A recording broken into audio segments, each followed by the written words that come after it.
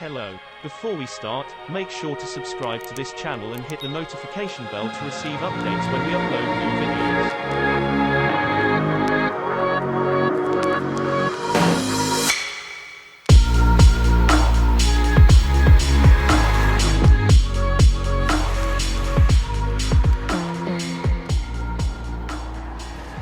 Back in the blissful days before turbocharging, supercharging, and all other replacements for displacement, Audi introduced its first SUV.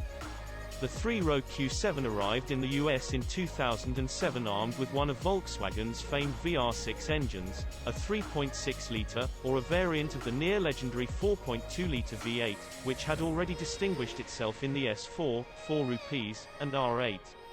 As powertrain lineups went, this was a good one. And like all good things, it didn't last.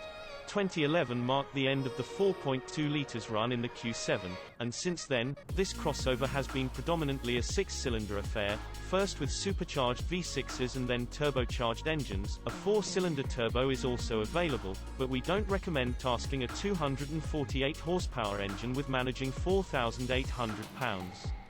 The 2020 Audi SQ7, then, marks not only a return to form but a marriage of old and new. There's a 4.0-litre V8 that's in cahoots with a pair of turbochargers to produce 500 horsepower and 568 pound-feet of torque, improvements of 155 horsepower and 253 pound-feet over the soulful 4.2-litre engine.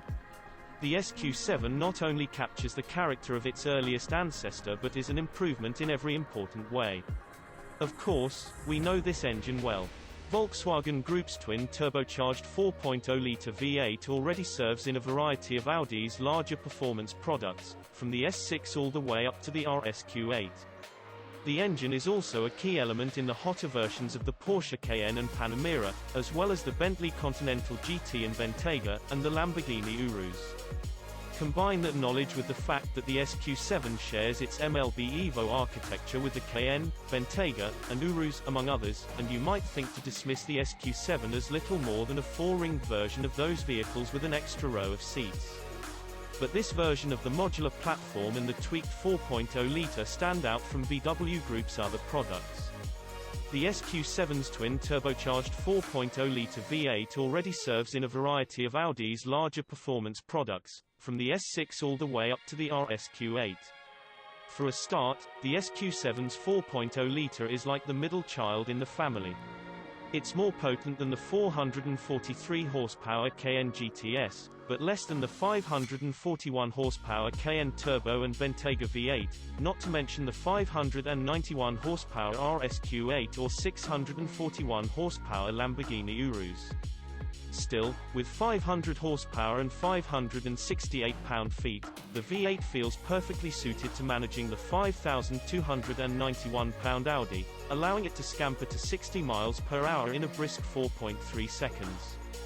That's 2/10 down on the more powerful BMW X5 M50i, although the SQ7 is nearly a full second quicker to 60 than the Mercedes-AMG GLE 53. And the Audi's standard third row is optional on the GLE and unavailable on the V8 X5. We'll call that a W. It's a winner on the road, too. The twin-turbo V8 is eager to rev and generous in its power delivery, allowing the SQ7 to surge off the line. Audi's 4.3-second estimate definitely seems reasonable. That said, if you're looking for an engine with histrionics or that's happiest above a certain engine speed, this isn't it. The SQ7's engine always feels smooth, yet energetic and alive. And when using one of the more aggressive driving modes, it sounds killer too, with the V8 singing a little more clearly out the dual pipes at the back. Yes, there are 4 tips, but there's no physical connection to the dual exhaust system. And if you aren't interested in noise, driving in normal or comfort mode allows the smooth growl to fade into the background and serve as a subtle reminder that you didn't settle for a V6. As with Volkswagen Group's other 4.0-litre vehicles, the SQ7's twin-turbo V8 works alongside an 8-speed automatic transmission, and it's a fine piece of machinery. In relaxed driving, the gearbox is smooth and mostly invisible. It does hang a bit on wide-open throttle upshifts, although selecting the dynamic driving mode forces quicker, sharper shifts.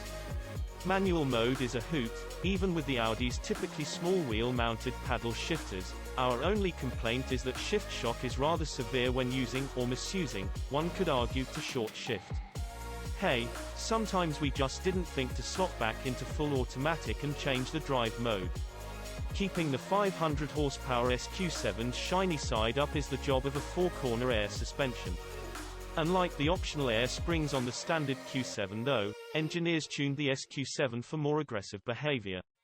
The so-called S-tuned suspension boasts firmer dampers and air springs, while the entire car benefits from standard four-wheel steering. There are stiffer bushings too, which provide more direct steering behavior, and if you option the $5,900 Sport Pack, active anti-roll bars that quash body roll and provide even sharper responses from the tiller. With those enhancements, the SQ7's handling character is totally worthy of the S badge on the nose. Our tester lacked the Sport Pack and active anti-roll bars, but unlike some bigger, heavier products, we aren't sure they're really that necessary on the SQ7. The old-fashioned sway bars and the revised suspension provide flat, neutral, and very tightly controlled boy motions. This big three-rower feels surprisingly nimble when pushed hard.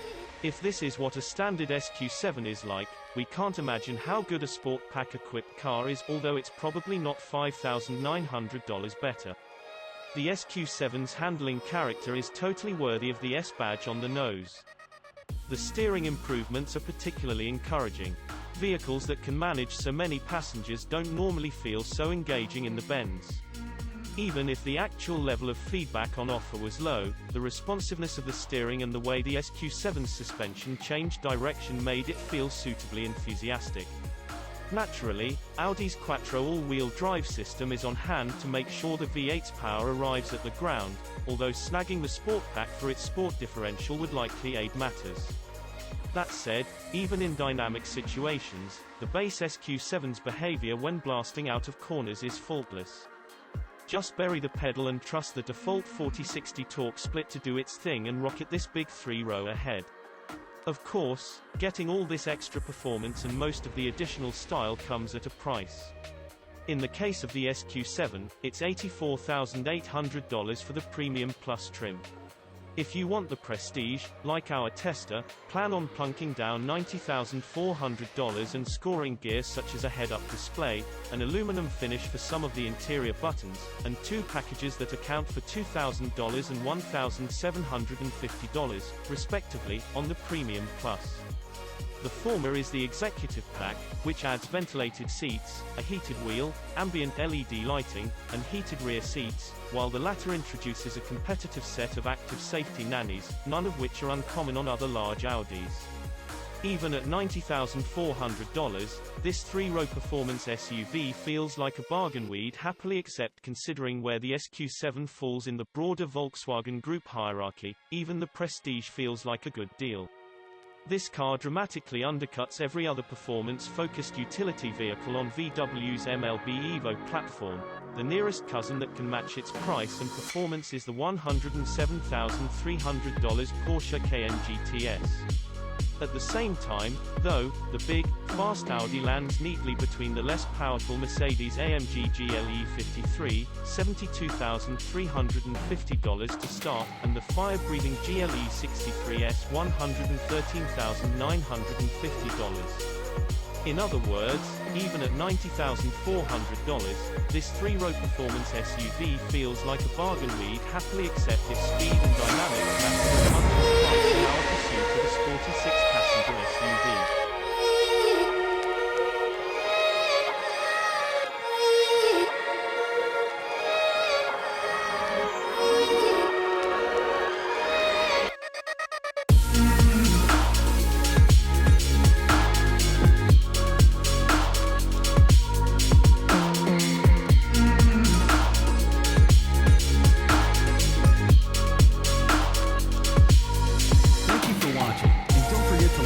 Subscribe and share this video.